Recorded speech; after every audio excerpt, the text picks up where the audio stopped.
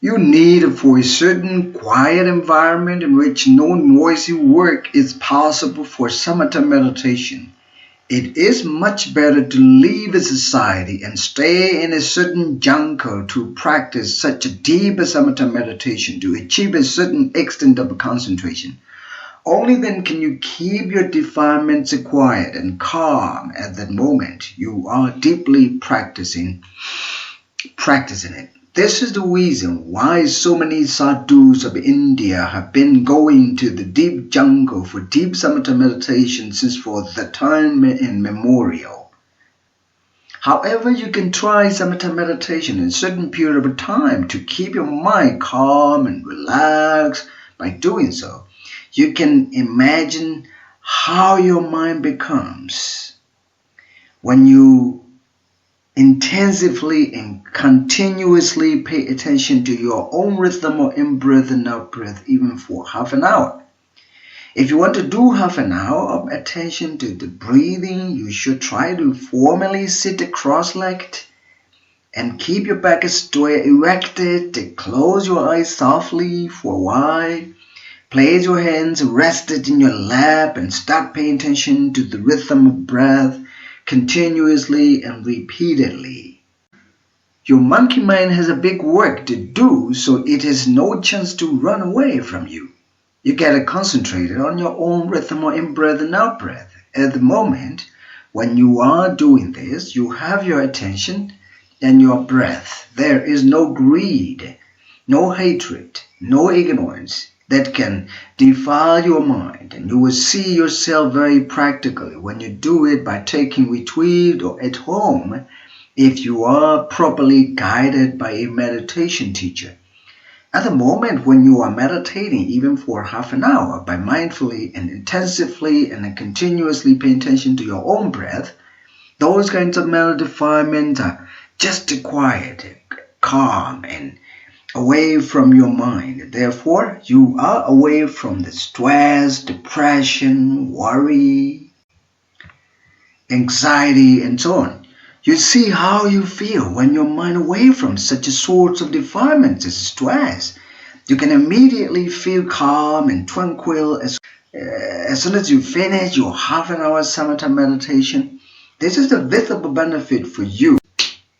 This is also proven by scientific research nowadays. There are so many people who enjoy such meditation which is completely based on mindfulness discourse called Mahasatipatthana Sutta. However, it is just halfway on the path discovered by the Buddha to achieve the cessation of all dukkhas. That include physical and mental discomforts, disease, pain, stress, anxiety, and so on. That is called Nirodha Satya in Pali term. In the West, more popular than the East because the West is a significantly developed world. And the Western are more educated and more scientific than the Eastern people, and far more scientifically and technologically developed than the Eastern, so they can easily accept something which is scientifically proven, practical, and experimental, and open to test. The Dhamma is inviting inspection to come and see. Ehipasiko. Buddha's Dhamma is now scientifically proven, practical to logical and reasoning people, experimented to the scientists, and it makes them entertaining now in 21st century. I am the one who is excited to see the turning point of the world at which science comes across Buddhism. I prefer the Buddha's Dhamma. Albert Einstein's prediction of Buddhism becomes true in these days. Many scientists are feeling welcome to Buddhism. And this is really something significant in our time for technology in these days. Well, I want to tell you another one of the excellent qualities of the Dhamma. It is also scientific and open to test by everyone who is interested in it. That one is Sanditiko, which means one can see by one's own direct knowledge. That also confidently invites the inspection to those who doubt about it. This excellent quality of the Dharma warmly welcomes to modern science and scientists. And it is also definitely positive to the modern science and ready to work together for the benefit of the world and humanity. You can see that it is really significant and remarkable if you compare it to religious history. Here's a piece of a research discovery by Max Planck Institute of Human Cognitive and Brain Sciences in Germany.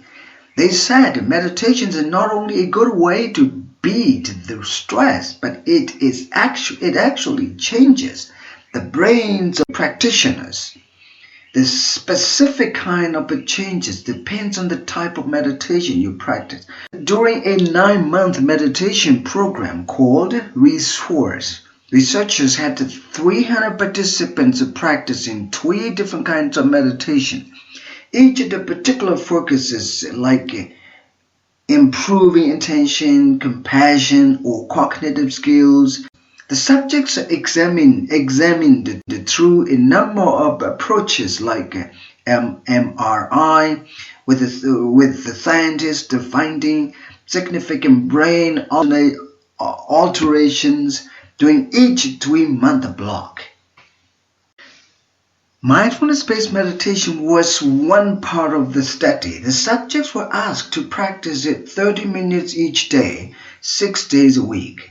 The meditation involved focusing on the breath while keeping eyes closed. After the 3 months, the participants exhibited thickening in the frontal cortex of the brain. According to the Engert's interview with the Life Science, that is the area responsible for complex thinking, attention, and personality. It was discovered by Paul Renter, October 10, 2017. Therefore, in these days, meditation does not negatively mean sitting quietly without moving and achieving anything. But those who are meditating make sense of life by scientific approach to this very life with the direct contact of the reality within themselves. Meditation becomes like a laboratory. Those who are practicing it becomes like a scientist. Those people who are meditating are doing scientific research of life. How meaningful it is. I love it. This is just halfway of the path discovered by the Buddha. Even so, if it is so much interesting, if we have to practice full path discovered by the Buddha, look how much more will it make us beneficial. Therefore, we must be very careful of the technique of meditation in these days, because there are a number of meditation teachers and quite ample techniques of meditation across the world. Mindfulness meditation also becomes more popular than ever before. Now we are going to learn Vipassana meditation. What is Vipassana? Vipassana can literally be divided into 2 words, Vi and Passana. Vi means special, Passana means observation. When 2 words are joined together, it becomes Vipassana, meaning special observation on physical and mental phenomena. Why is it to do special observation? It is because we need to see things as they really are. If we do not see things as they really are, we will be very easy to divide humanity and to confuse a real meaning of life among the stupid names and labels put on all of us. Normally, we do not see things as they really are. We see things identifying with the names and labels. Then we become different from each other's points of views in reality. Then we start arguing for those different names and labels to prove I'm right, you're wrong. There may be some other people quiet without saying anything for the truth. There will be a sort of a conflict in the argument regarding names and labels. How can the world and society be peaceful then? In the field of religion, the argument for the different names and labels putting on Their individual schools and sects may be very dangerous because each school or sect wants to say that they are true in the name they have held. Sometimes they can even go violent to oppose another name of the school that is split from the original one.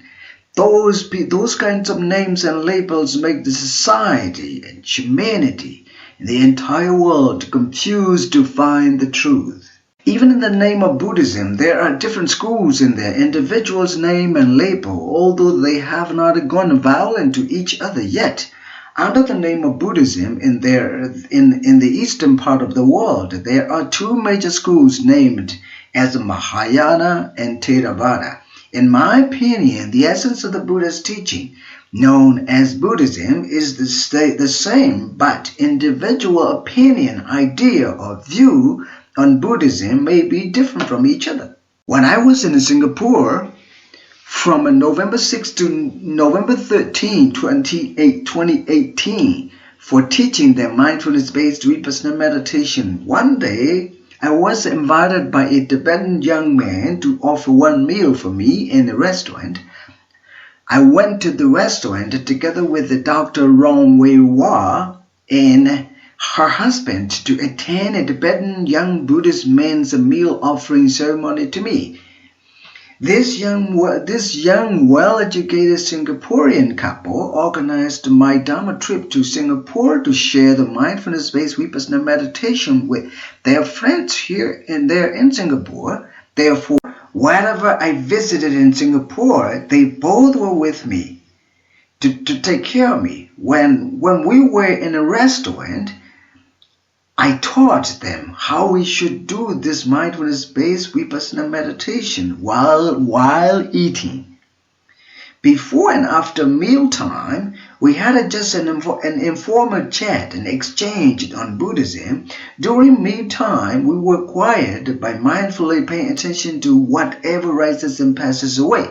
Because I have already taught them to do this eating meditation together with me, even in the restaurant, I realized that this Tibetan young man was quite smart, but at the same time, I realized that he was confused at the labels of the schools. Look how names and labels make our mind polluted as soon as possible, putting us in a distraction, generating quite many thoughts within a second. I fully realized that we were just human beings born in different backgrounds, no matter where we are from. Our thoughts, emotions, feelings, and how they come and go are totally the same. Our mind is deeply rooted in a tradition, religion we have held for a long time, from generation to generation. If we do not know the Dharma, sometimes smart alone in the brain is not enough. We also need wisdom in us to adapt to life with the truth. Smartness makes us proud and sometimes more aggressive by seeing things differently in the names and labels. But wisdom makes us humble and soft to see everyone and everything equally. He tried to introduce me, Tibetan Buddhist culture and tradition. Tibetan culture and tradition are still fine. It doesn't matter too much.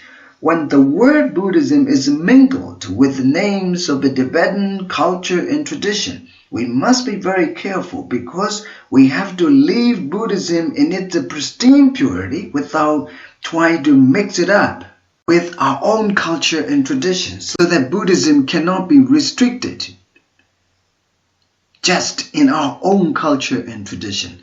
Buddha's Dharma, called Buddhism, can exist with any cultures and traditions of the world because the essence of Buddhism is the Four Noble Truths that are very warmly welcoming to any cultures and traditions of the world by letting them experience with the quality of a Dharma.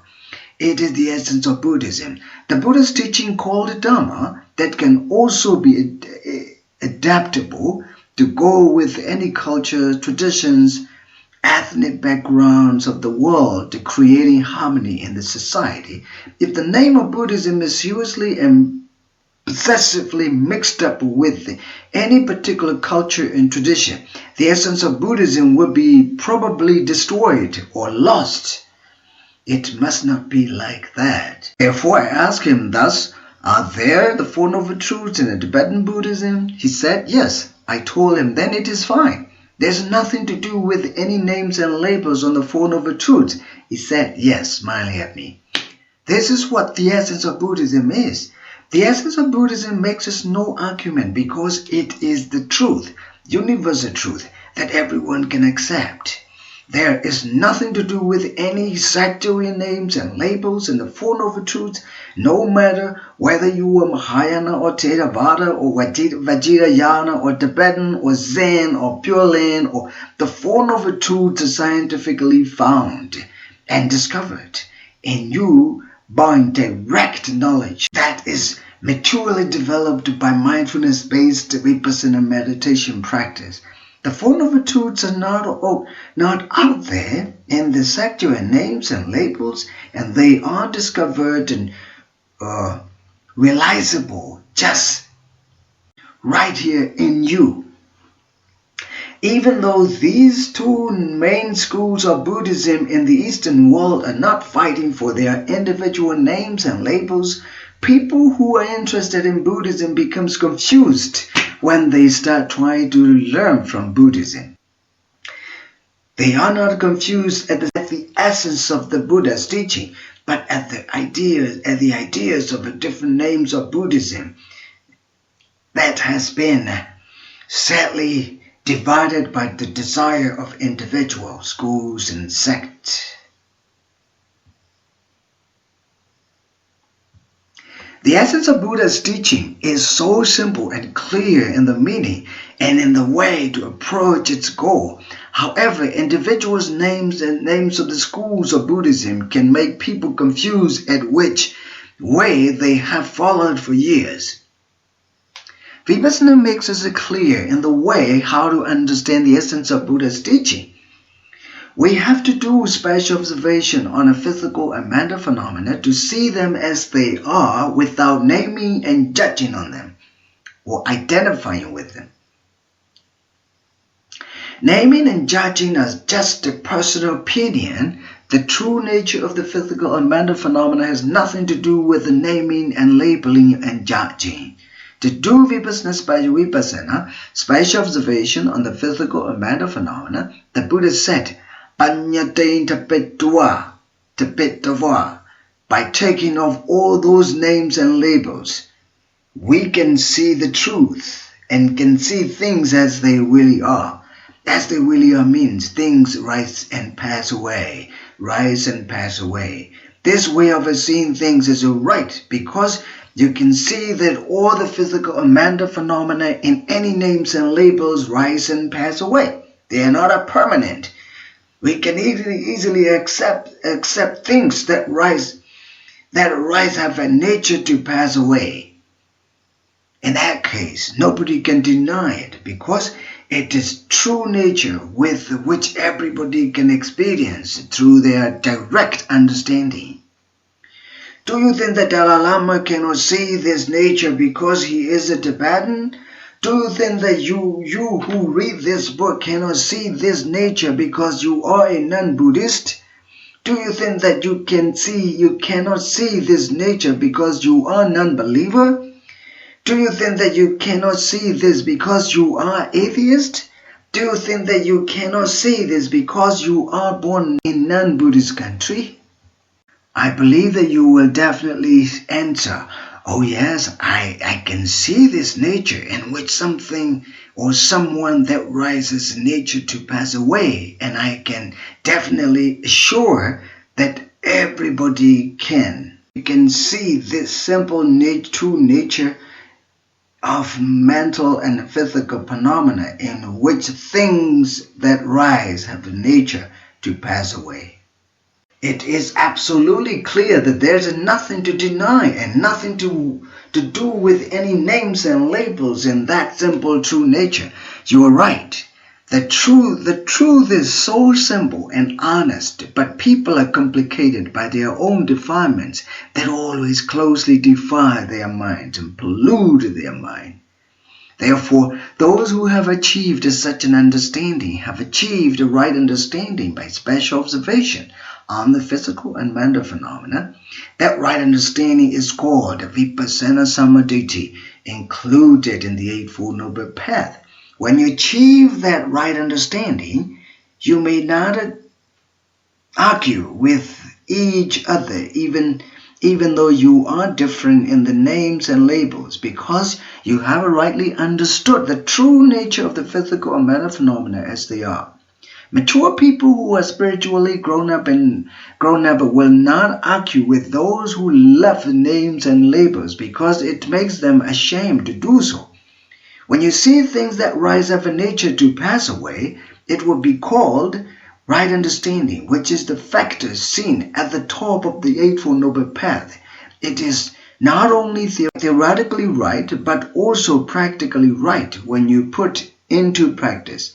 Therefore, Vipassana practice will lead us to the achievement of a right understanding, but it is completely based on mindfulness.